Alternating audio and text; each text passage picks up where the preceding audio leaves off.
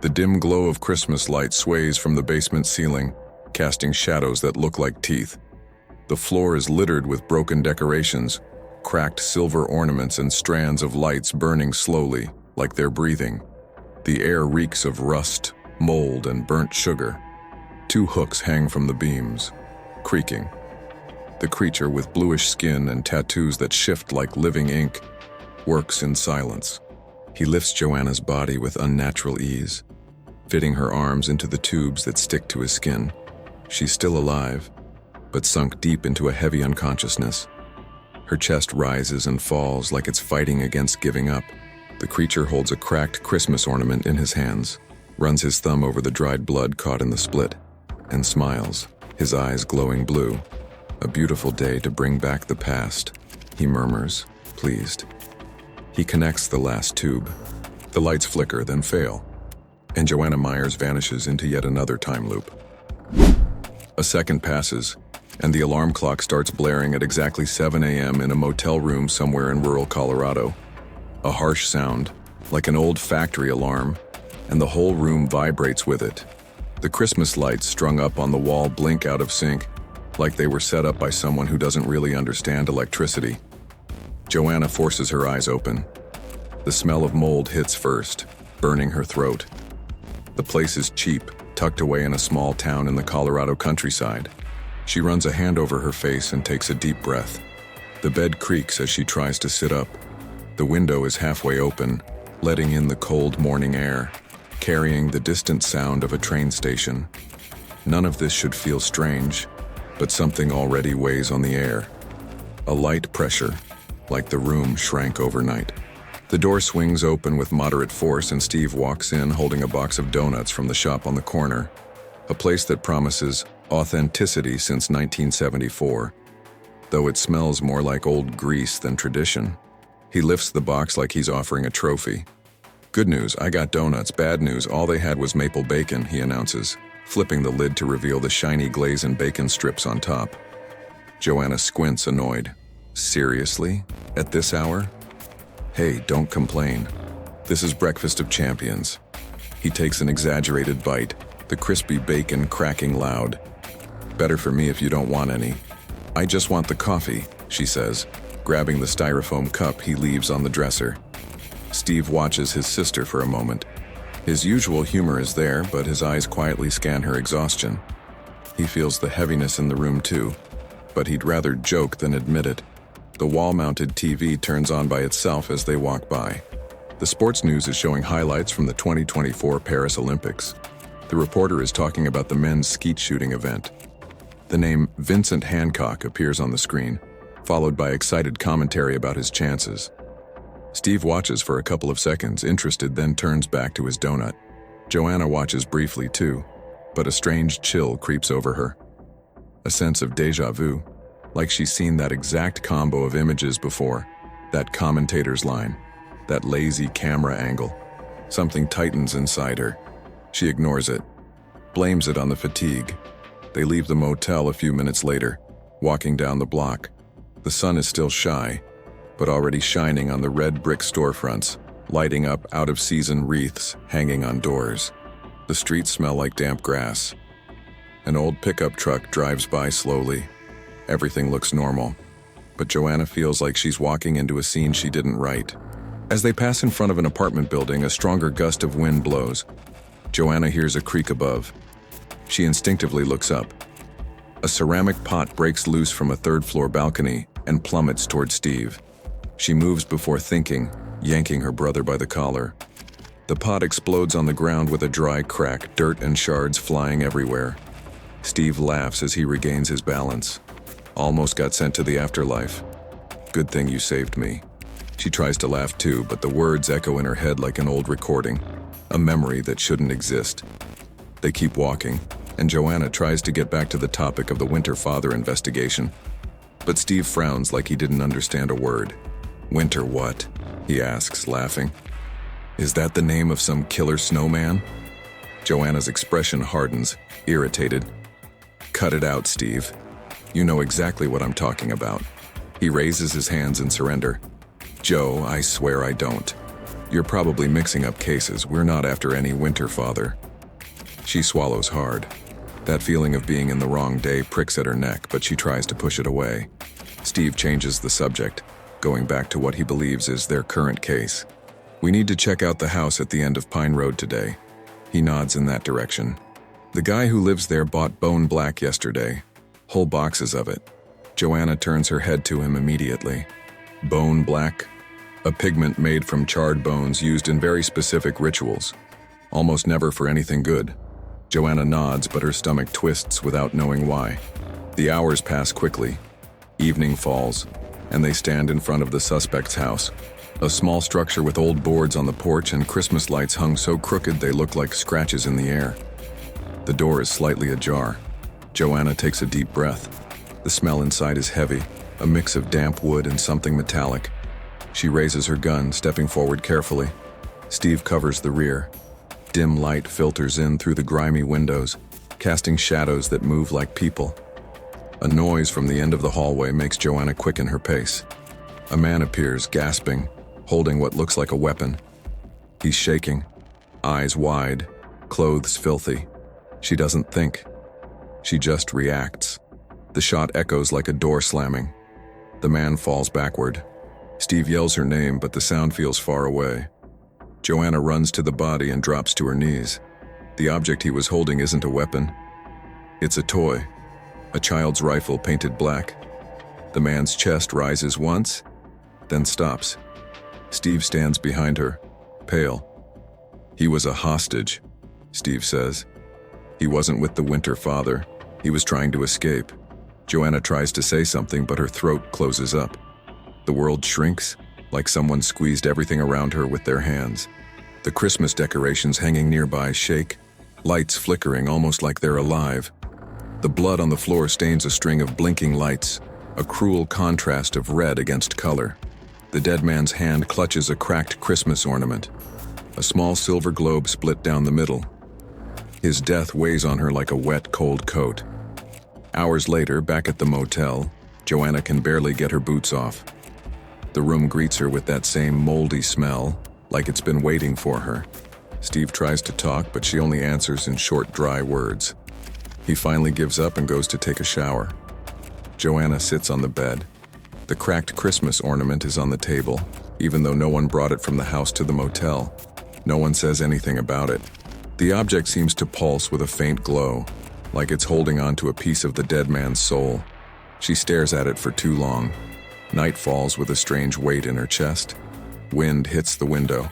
The AC makes a tired, rattling sound, and Joanna closes her eyes. A voice speaks softly in the dark. If you could go back, would you do it differently?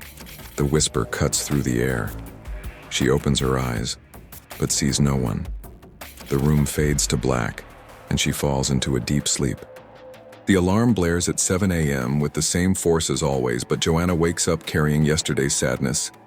The yellow glow of the bedside lamp is still on. The moldy smell still clings to the walls, and the cold Colorado breeze comes in through the half-open window. The doorknob turns. Steve walks in holding the donut box from the same corner shop. He flips the lid open and lifts one of the donuts. Its shiny glaze topped with strips of crispy bacon swaying like poorly attached ribbons. Good news. I got donuts. Bad news. All they had was maple bacon. She forces a weak smile. Maple bacon again? You bought that yesterday. Steve laughs, shaking his head. Joe, I just got back from 7-Eleven. Yesterday I got a burrito. Joanna looks at the coffee in his hand, then at the box. He seems genuine. There's nothing off about the way he's acting. Maybe she's just exhausted. Maybe she slept so badly her brain decided to copy and paste the morning before. I just want the coffee, she says. More for me, Steve replies, biting into the donut again. The TV in the corner turns on by itself as they walk past, just like the day before. It's the same broadcast about the 2024 Paris Olympics. The narrator talks about the men's skeet shooting event. Vincent Hancock's name flashes on the screen along with his stats. Joanna feels a chill creep up her neck. She's seen this exact part of the video before. She rubs her face and tries to shake the feeling. Minutes later, they leave the motel. The fresh morning air hits her face hard. The wreaths hanging on the doors look older than they did yesterday, like they spent the whole night battered by the wind. She tries to ignore the déjà vu, but every step feels like it's locked on rails. As they pass the same apartment building, Joanna's already looking up. The ceramic pot falls just as she expects it to. She grabs Steve by the collar before he even notices the danger. The pot smashes to the ground. He almost says the same thing, but this time she already knows the line. "Almost got sent to the afterlife. Good thing you saved me," he says. Joanna slowly lets go of his shirt. Her wrist is trembling. She looks up to the top of the building, but there's no one there.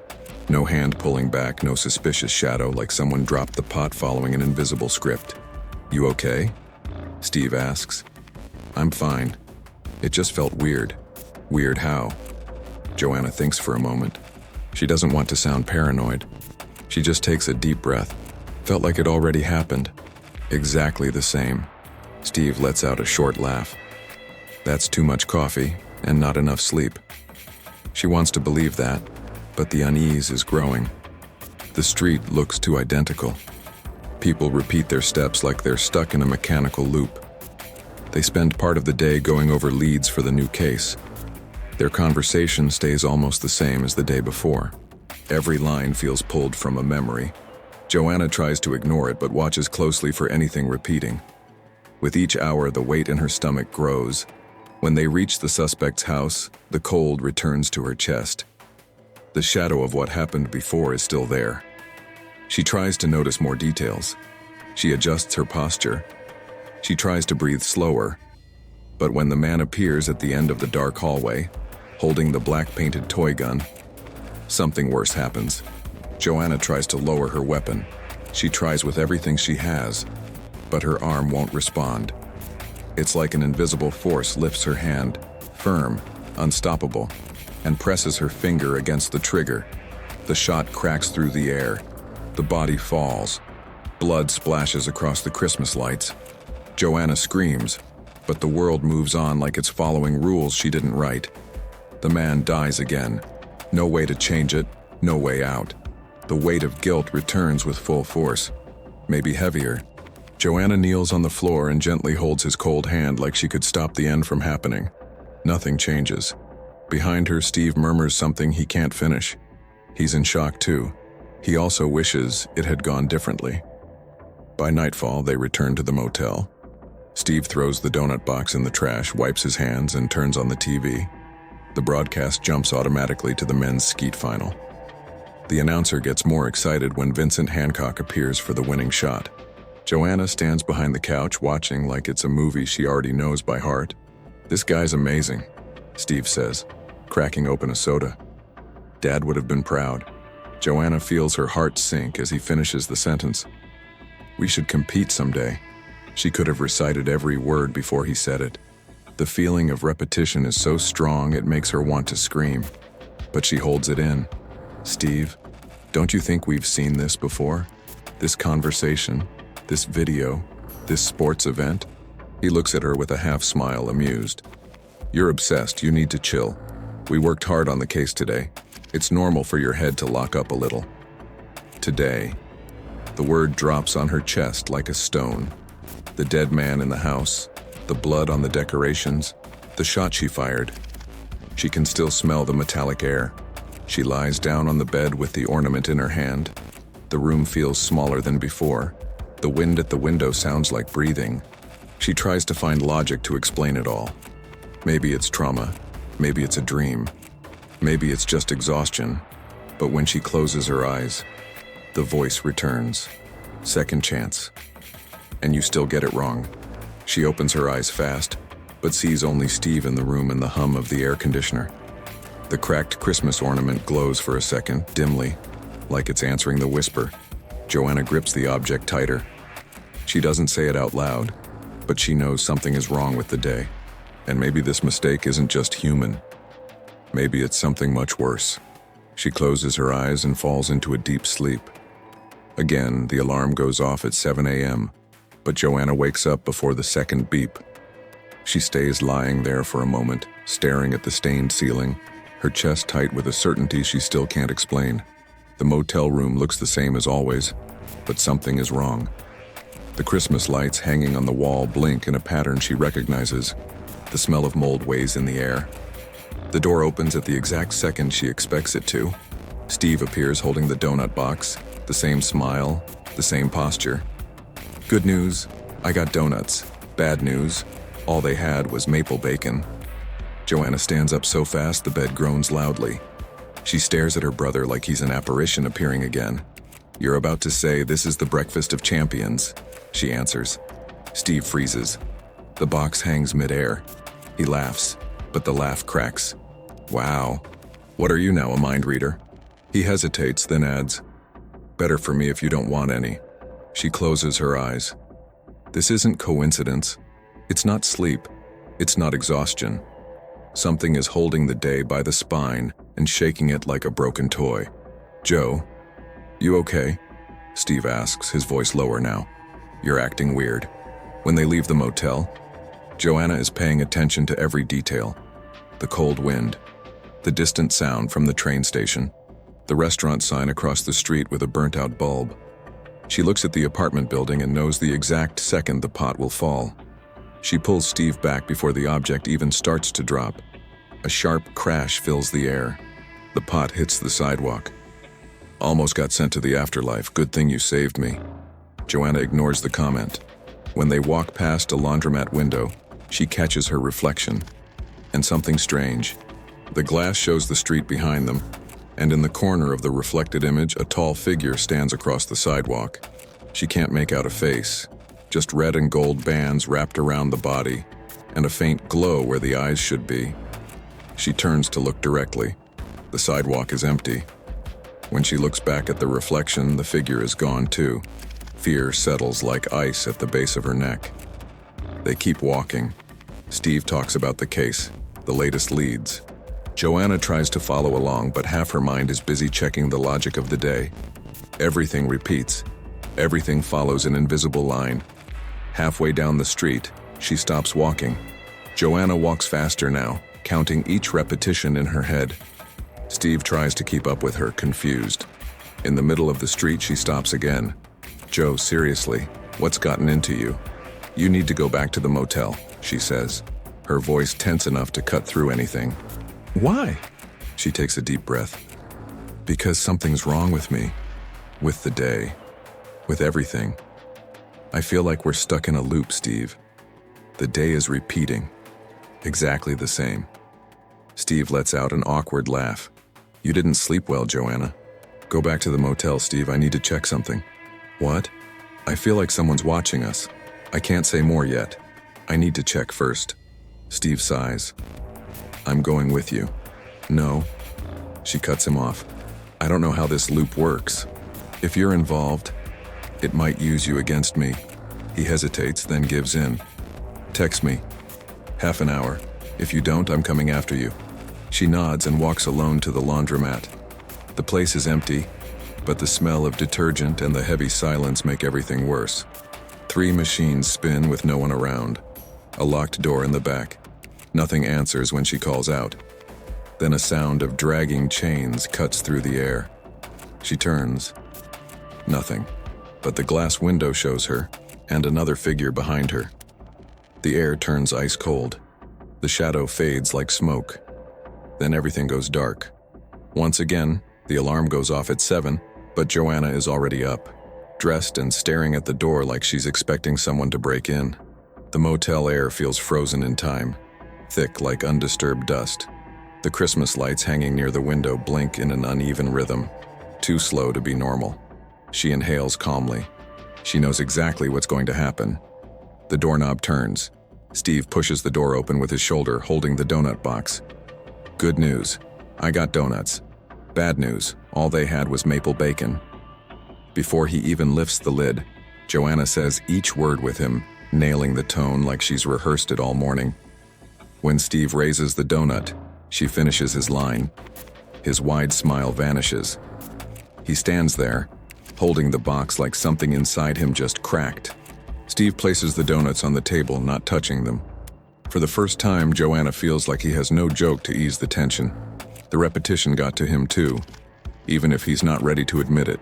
They leave the motel, and Joanna walks 3 steps ahead, like she's running an experiment. As they approach the apartment building, she raises her arm before the pot even begins to fall. The pot crashes to the ground.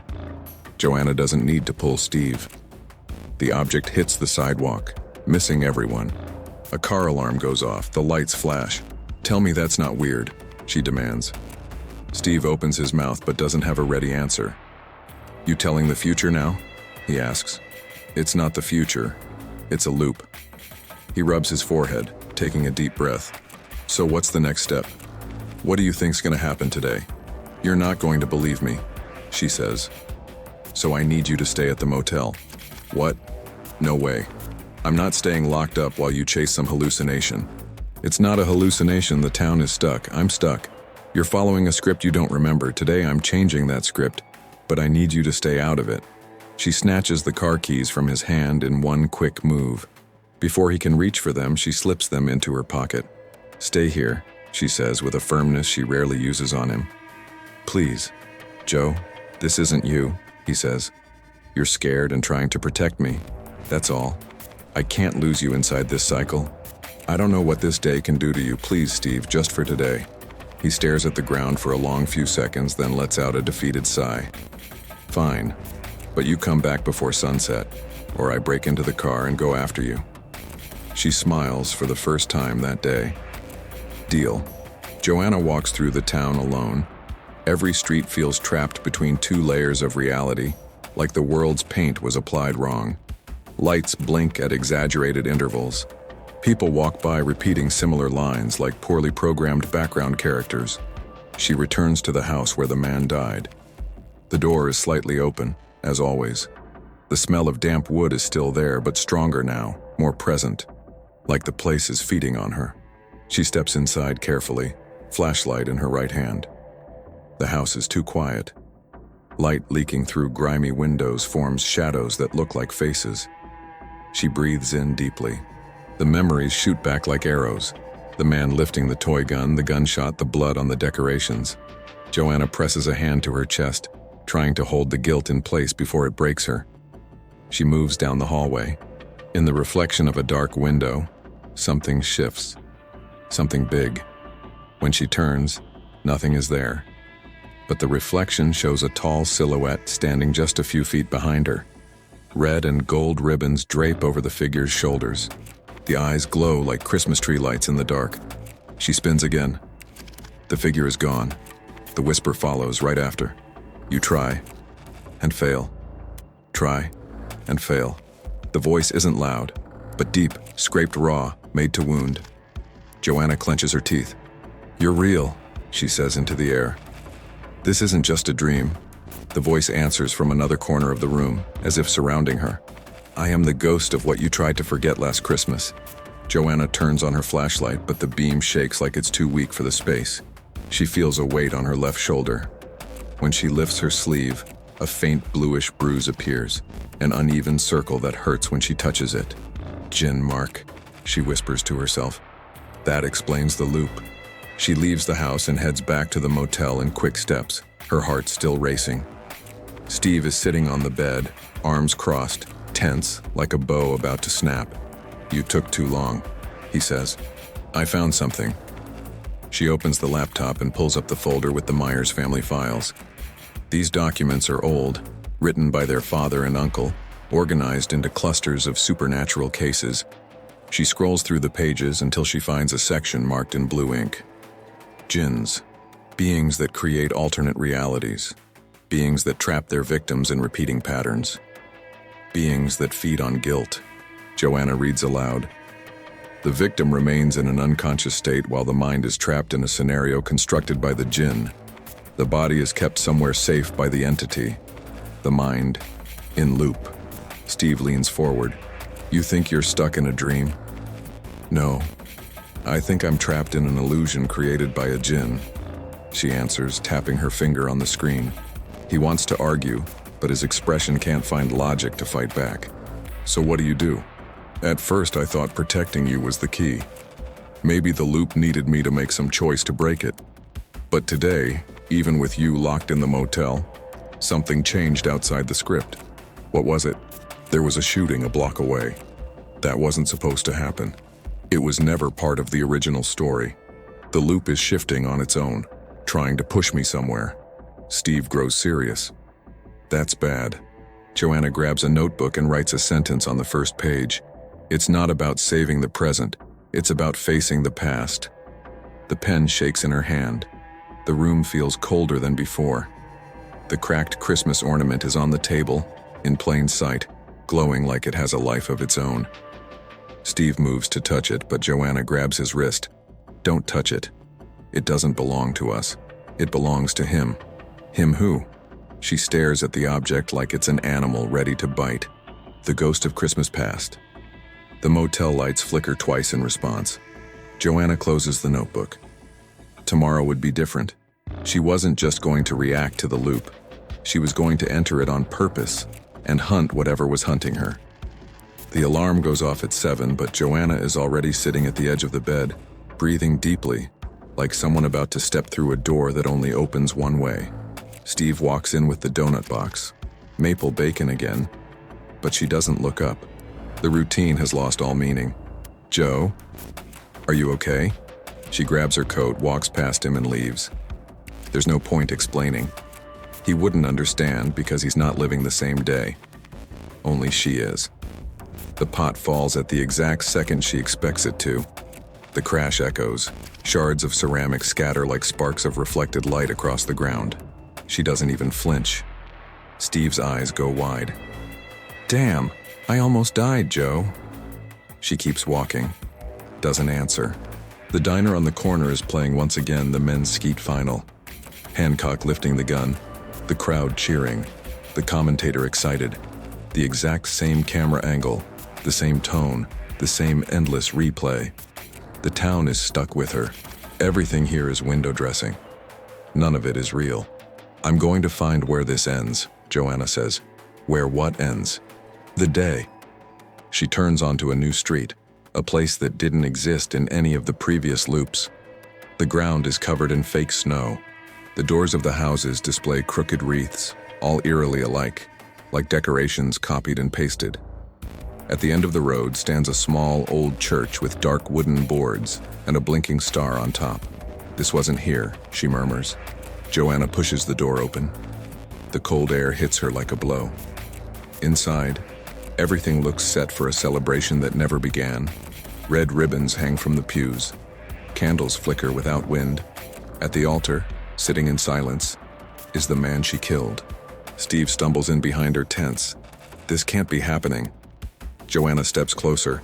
The man lifts his face and speaks with a voice that doesn't belong to him. You can fix it all. His skin splits.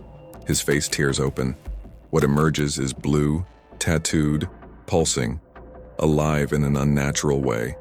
The ghost of Christmas past reveals itself without disguise. Steve pulls his gun. Joe, that's a real djinn. I know, she says, without looking away. The djinn rises. Golden ribbons coil around his body like snakes held up by the air. He moves with a cruel calm. You tried to run, the ghost says. Tried to change the past, but the past is fixed. You're the one spinning around it.